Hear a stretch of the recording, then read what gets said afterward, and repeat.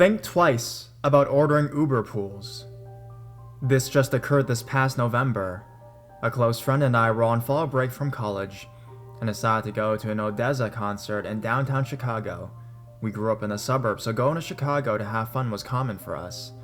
Anyways, we had a great time at the concert and decided to Uber home since we weren't close to the train station. My friend told me Uber wasn't working for him at the moment, so I called the Uber. But this was literally my first time ever calling one, and I accidentally called an Uber pool not knowing what it was. My friend saw that and I was like, it doesn't really matter. So the driver picked us up from right outside the concert venue. There were a lot of intoxicated people around us, as one could imagine, at a post-show like this. But we were pretty sober, as all we did was smoke some weed, which we were used to anyways. We get in the car and everything is going normal. But we didn't notice the direction the driver was taking us, as we were wrapped up talking about the show. Turns out, the driver was going to the south side of Chicago, which we realized after some time by looking at maps, but our suburb was exactly the opposite direction of this lengthy drive south. We decided to attribute this to the fact that it was an Uber pool and shrugged it off, until we picked up his next passenger. To be honest, this girl scared us. I don't like to judge people, but she scared us just by looks and how she talked. Once the girl got in, we asked the driver where we were going first, to which he stopped answering. Next thing I know, my phone lit up and said the Uber trip was cancelled, and for this duration of the ride, Uber had no record of me being in the car. I asked the driver what the deal was and he didn't answer again. The girl and the driver 100% knew each other, as they were calling each other nicknames. The girl was being weird and seemed to be doing some hand signals to him as well. Then we proceeded to drive further down, south, to this neighborhood, the sketchiest neighborhood I've ever seen. I didn't realize neighborhoods like this even existed. Every house was completely wrecked. There were no street signs on most streets. Most street lights were out flickering. Homeless people lying on sidewalks, and there were beat-down warehouses and alleys. This was by far the scariest area I'd ever seen. No one who cared would hear a scream in this area. Once we started seeing all of this, our hearts dropped because the driver would still not respond to us. My friend then looks over to me and whispers, "We have to get the fuck out of here." To which I replied, "Dude, where are we?" And so we stayed in the car, and we get driven down this alley behind a warehouse where the street ended, and there were just fields beyond it. The driver's going down this alley at like 2 miles per hour, but keeps going and going and going and going and going. The girl and the Uber driver were clearly discussing some serious stuff, but we couldn't make it out since there were mostly just hand signals and other signals. At that time, our hearts sank even more, and we literally both thought we were gonna be killed in this alley, or at best someone was get out of the car and rob us or something like that. He stopped, the doors unlocked, and I was in complete shock with a pale face when all of a sudden my friend says, "Hey, I'm completely sober and I'm about to fucking call 911. I'm assuming the driver was waiting around the concert to pick up some wasted people to allow this to happen, but we were pretty fucking sober, okay?" Which he was serious about. He had dialed 911 on his phone. The driver looks back at us in shock after he sees 911 dialed, and my friend's finger about to push call. He looks at the girl in shock too, and she nods her head and no, says, "What the fuck?" and gets out of the car. The driver then drives out of the neighborhood and on the way to the highway towards our suburb. All of a sudden, my Uber app gave me a notification saying we were now in a ride. All of a sudden, the driver starts talking to us again, but he wasn't giving any answers, just saying he's driving us home. We were asking what the fuck just happened, dude, and he would not answer stuff like that. He would answer where we're going, but nothing about what in the world had just transpired just now. We got home safely and reported the Uber driver for this ride because it was obviously messed up. We think that the Uber driver was trying to wait for wasted people to call a pool so he could get away with this. But we realized we were too big of a risk when it came time to do what they were going to do. We accepted that we were part of a mugging scheme and got lucky we decided to not get drunk at the concert, so we had anxiety for weeks after that. But we now know just how sketchy some areas can be and how to be more safe in Chicago by not calling an Uber pool outside of a concert/bar. It's so weird to me that people live the sketchy of lives and do this to people, but it was eye-opening, so let's not meet Rye ever again, or any Uber pool, for that matter.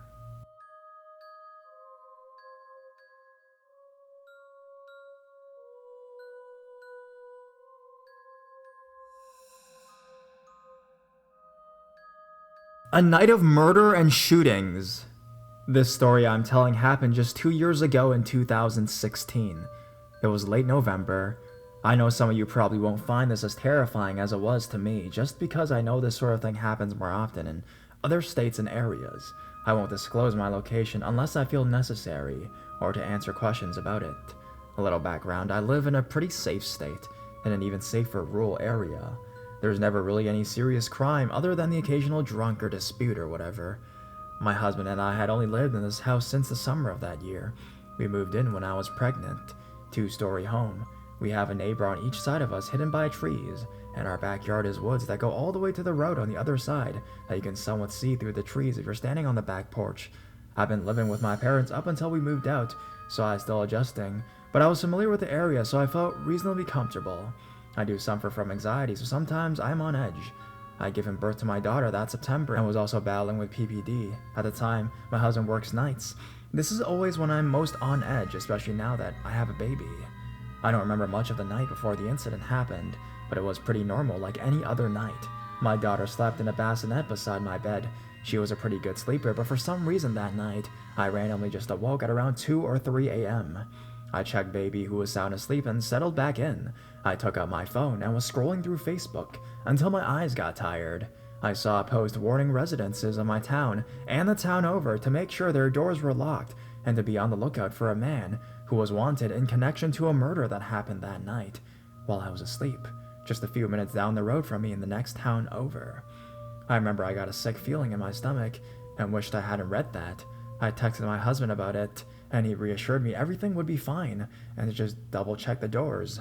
My bedroom upstairs, so going downstairs to check the doors with the house so dark and quiet, I just felt uncomfortable and jumpy. Once the doors were all checked, I ran back upstairs and jumped into bed. I was looking at my daughter trying to fall back asleep when my husband texted me that maybe I should sleep with my police scanner app on my phone to make me feel more comfortable. What he didn't know, though, was I strictly didn't listen to it at night when I was home alone because I would creep myself out. For some reason, though, I turned it on with the volume somewhat low and left it by my head on the nightstand. I don't know when I fell back asleep or how long I fell back asleep, but I woke up again and I was immediately in tune with a noise I heard outside the window next to my head. It sounded like a bunch of fireworks, but part of me knew what it really was: rapid gunfire. I sat, frozen. Then the screaming started, over the scanner, and the officer confirmed what I was dreading. Shots fired. I remember thinking, no fucking way this is happening right now! Like, you just don't hear stuff where I live, ever. It taken me even a minute to realize it was a gun being fucking fired. When I heard the shots outside from my window, coupled with the officer screaming all crazy on the scanner, I just felt like I wanted to freeze in place. I had goosebumps, and began to feel a panic attack settling in. I didn't know what the hell was going on, but I rolled off my bed and ran out into the hallway so I didn't wake my daughter, who was somehow still asleep at this time, because I would probably freak out more if she was screaming her head off. When I got into the hallway and turned the lights on, I remember feeling lightheaded and weird, and I could still hear chaos outside and on the scanner as well. I turned it off and called my mom, and I was shaking so hard at this point I could barely speak. All I managed to get out was a cry, and then there's a shooting right now outside, and I'm alone and scared. At first she didn't believe me and asked if I was sure. She said she was coming over, even though I could hear my dad telling her that wasn't a good idea to go driving over there right now. When I got off the phone with my mom, I called my husband at work and shakily told him what was going on and asked him if he could come home to confirm the fact that literally nothing ever happens here. My husband chuckled at first and didn't believe me. While on the phone with me, I guess a coworker pulled up a news article or a post about it. He reassured me everything would still be okay, but he couldn't come home for another 2 hours. At this point, I'm crying and scared with a newborn, and about 30 minutes later, my mom showed up. My road had been blocked off, but she explained the situation to a cop who let her come to me. She sat with me in the kitchen and drank coffee until my husband got home. I was still pretty shaken up. What had happened was that the guy I read about when I woke up the first time, he had shot and killed a man a couple miles down the road, in the next town over. He then fled. Police had been looking for him after this, obviously, which led them to another house, right in the back of mine through the woods. And they arrived at the residence to find another dead body, shot, sitting in a recliner. Not exactly sure what happened after they found that body, but the guy who had been running had literally run right into my backyard and into the small patch of woods and was shooting at the cops, who then began firing back. Eventually they killed him. It gave me the serious creeps thinking that there were 3 dead bodies all somewhat close to me. This was just a crazy thing that happened, and I could still barely believe it. Once the sun began to come up, I remember I grabbed a cigarette and a cup of coffee, and I just stood on the porch drinking my coffee, staring at all the lights in front of me, picturing them removing a dead body from basically my woods. I know, big deal, a shooting. But unfortunately for me, I now wake up in panic attacks during the 4th of July, or whenever someone is setting off fireworks near a house. The thought of the psycho killing people and sneaking through my backyard while I was home alone seriously disturbed me for quite a while. The news tried reaching out to me because they wanted to interview me about what I'd heard and saw, but this was the very next morning. I had my daughter and wasn't slept. I offered to give an interview off camera, but they wanted me and my baby on camera. I ended up having to block this reporter and get on with my life.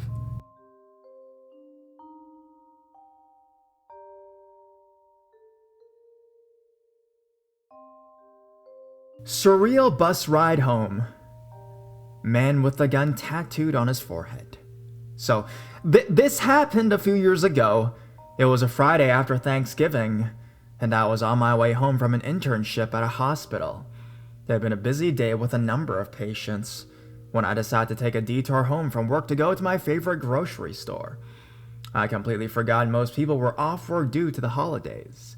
This is noticeable because my normal way on the bus and the subway went express and stopped at very well-lit secure parts of the city, and the other went a dark road and the stops were not well-lit. This is very notable. But I had taken this bus home before and during rush hour, and it was usually full of people. Today it was not. I wish I remembered most people were off work the Friday after Thanksgiving. I got on the bus, nabbed a seat in the middle section, where there were 3 seats that faced the back door of the bus. The seats themselves in the front and back section of the bus faced the bus driver. From this vantage point, I could both see the back and front section of the bus. As the bus was pulling away, I noticed out the corner of my eye an African-American man with a beard and a gun tattoo in the middle of his forehead. I have ridden on the bus with people with face tattoos and am heavily tattooed myself, but something about him seemed different. He looked angry, and there was a pistol in between his eyes. The area where I was riding the bus around is known for having significant gang activity and rivalries. Tattoos like the gun in this area are often symbolic of gang activity, like the role in a gang, or a reason someone went to prison. Even if I was wrong, it was someone I did not want to mess with. I contemplated getting off at the next stop, but I saw in his hands a book about forgiveness. It seemed like he was trying to turn his life around, so I felt safer. Having ridden the bus around a lot, in less secure neighborhoods and working with peer persons living with serious mental illness, it is likely I have a false sense of bravado. And being a youngish white woman, I am often identified as working in health, education, or the social services. Therefore, I am generally left alone and not mistaken for rival gang activity, or being from a rival neighborhood, or carry tons of money to be mugged, or a tourist, etc. Deciding there was nothing to worry about, so the ride was no different than any others I had taken. I put in my headphones and settled in for the ride. That was not a wise choice. Every so often, I look over and this man would look at me, scowl, and mutter something. At that point, there were a number of people on the bus, and he was seated far away, so I wasn't quite sure, then proceeding to go back to my music. As the bus moved on, more and more people emptied out, and because it was November, it became dark. I'm used to going into fairly insecure neighborhoods, so I focused on my music and took deep breaths. The bus passed by a university and emptied out even more. A couple of stops later, a girl in her early 20s gets on. She has bright yellow dyed hair, headband with 2 yellow ears, exaggerated red blush on her face, a tail, is dressed in all yellow, and a red backpack. On the backpack was a keychain, and on that keychain was, you guessed it, a Pikachu, which normally I wouldn't take a second glance, assuming that maybe she's gonna do a costume party or a fun kinky party. It was what wasn't there. Unlike normal, the bus was not full of people on their way home and to work. I felt like I'd entered the Twilight Zone, like the weird bus in the 3rd Harry Potter book, where everything went topsy-turvy. I was on the bus with a Pikachu. I looked around at the empty bus with a man with a gun on his forehead, a Pikachu, and a couple of teenagers in the back seats. I have never been so thankful for teenagers in the back seats. Today is a holiday, and I should not be on this bus. We were getting close to where I lived, when an Asian man with bleached blonde hair stumbles onto the bus and sits right next to the man with a gun on his forehead. The man with the gun tattoo twists his face into one of agony and moves to the first row on the back of the bus, close to where I was sitting in the middle. Now I can hear him mumbling, and besides, I need to turn down my music, but keep my headphones in. What the fuck is a white person doing on this fucking bus, he mumbles. I focus on my breathing to stay calm. I am the only white person on the bus. I froze. But I wasn't sure. In this man's possible deranged state, he thought the Asian man was white because of his bleached hair, and the man with the gun tattoo on his forehead was clearly exceptionally offended that the other man sat next to him. Don't you fucking worry. I'm gonna fucking get ya. I focus my eyes ahead, pretending to listen to my music, which is pretending to be loud. The man with bleached hair gets off the bus. Don't you worry, I'm gonna find you and kill ya. One day when you least expect it, I will kill ya. His voice was cold and calculated. Was he referring to me, I wondered. I'm not sure if this was a psychotic disorder or was a sociopath or a psychopath, maybe a combination of all three. I'm not gonna wait to find. I thought all the ways he could come for me. What the fuck are you doing on this fucking bus? I'll find you and I'll kill ya. Don't you worry, I'm gonna find ya. Whether he's talking to me or the man with bleached hair, I was not waiting to find out. I knew I could not stop near my house. It was dark, unlit, and I never wanted him to be able to find me. We were about to pass a hospital and some emergency call boxes nearby that I could run into if he followed me out of the bus. There is usually security/police, and it was also a labyrinth. I've been lost many times in those halls. I was pretty sure I could lose someone, or at least come out the other way in a way that was nonsensical. Also, it was a hospital complex area for blocks, no houses, so I figured for all he knew I worked there, was visiting a patient, or was going to the ER, etc. I had experience working with people living in psychotic disorders and knew 1, not to look at him or make eye contact, 2, act like everything was absolutely normal, no sudden movements, wearing earphones. I hope might also make it look like I was completely unaware of him. Picking up my groceries, I slowly and deliberately walked to the front of the bus without ever looking at him or in his direction. Quietly, I told the driver I would tell him what stop I wanted. If I'd requested the stop by pressing a button, it would have alerted the whole bus. The driver nodded. I'm pretty sure he heard the man a few times. It was dark enough that I pretended I was looking for my stop. After letting a few stops pass, I picked a well-lit stop with an emergency call box nearby, and I could get into the hospital quickly. I rushed across the street to the emergency call box and looked back to see if I'd been followed. I saw him through the bus windows. The man with a gun tattooed on his forehead's mouth was twisted in a distorted yell, similar to when the man with the bleached hair sat next to him like he was in anguish that I had just disappeared. Turning around, I rushed into the hospital complex, through corridors to an exit by security, then ordered an Uber home. I am still not sure if he meant me or the man who sat next to him. Usually I hope that he was mentally unstable enough or violent enough that he is locked up now, and therefore cannot come and find me. Always man with a gun tattoo on his forehead. Let's not meet.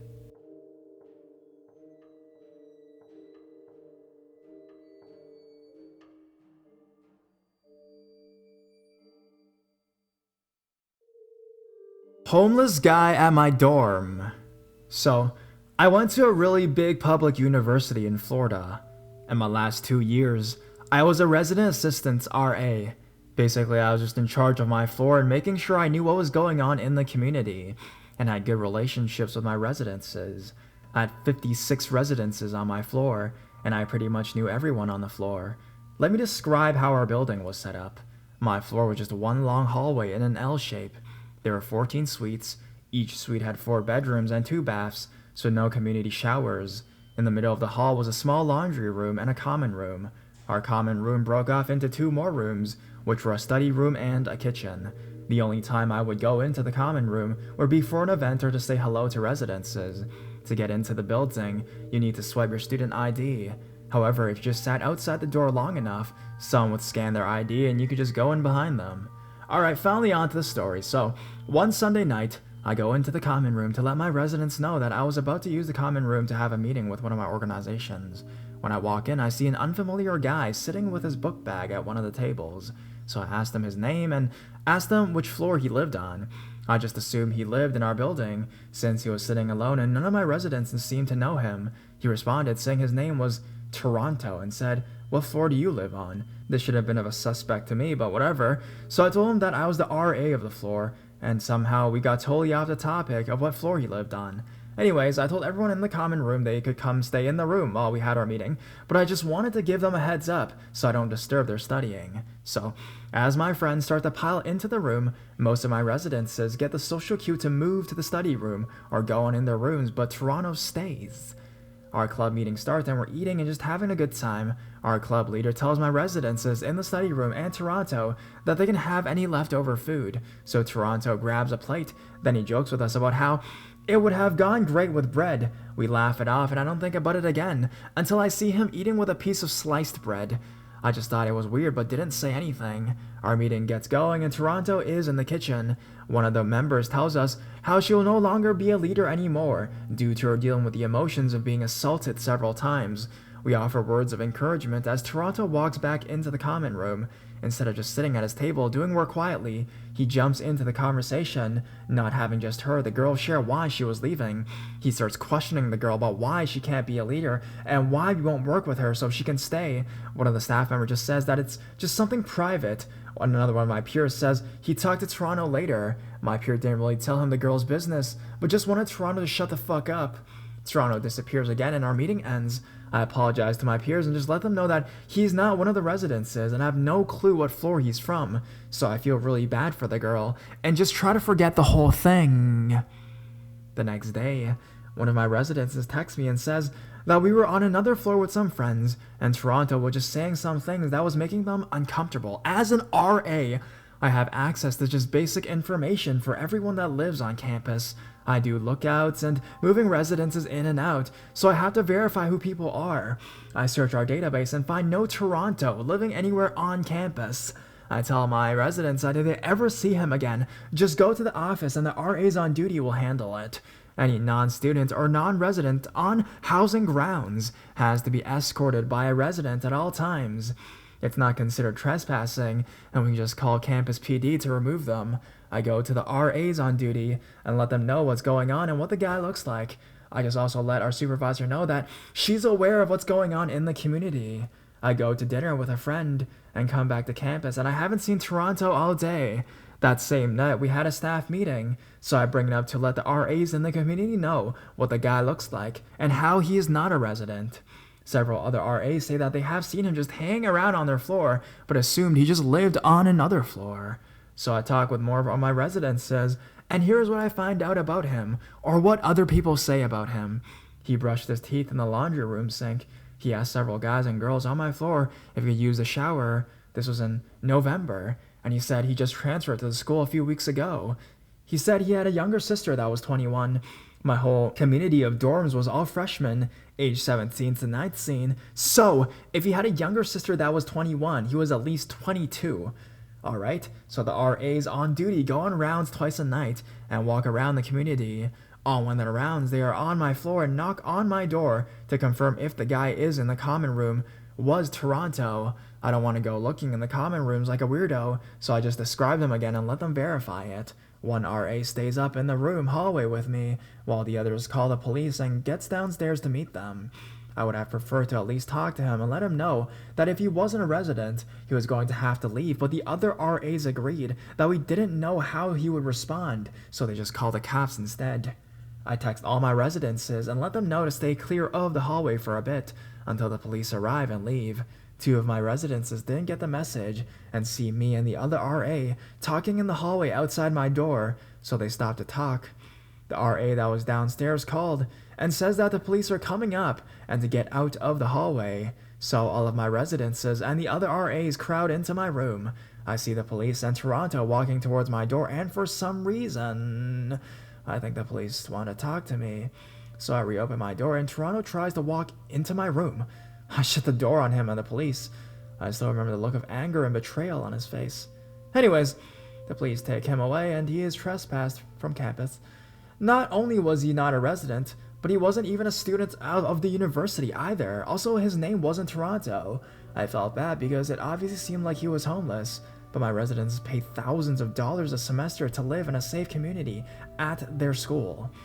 When he left, we found out he had a whole stash of food and supplies in our common room kitchen, which is where he got the bread from. I spent the last month or two praying I wouldn't run into him around the city. Mind you, as an RA, My name and contact information was plastered all over my door, so I hope he didn't remember it. So, housing trespasser guy, let's not meet again.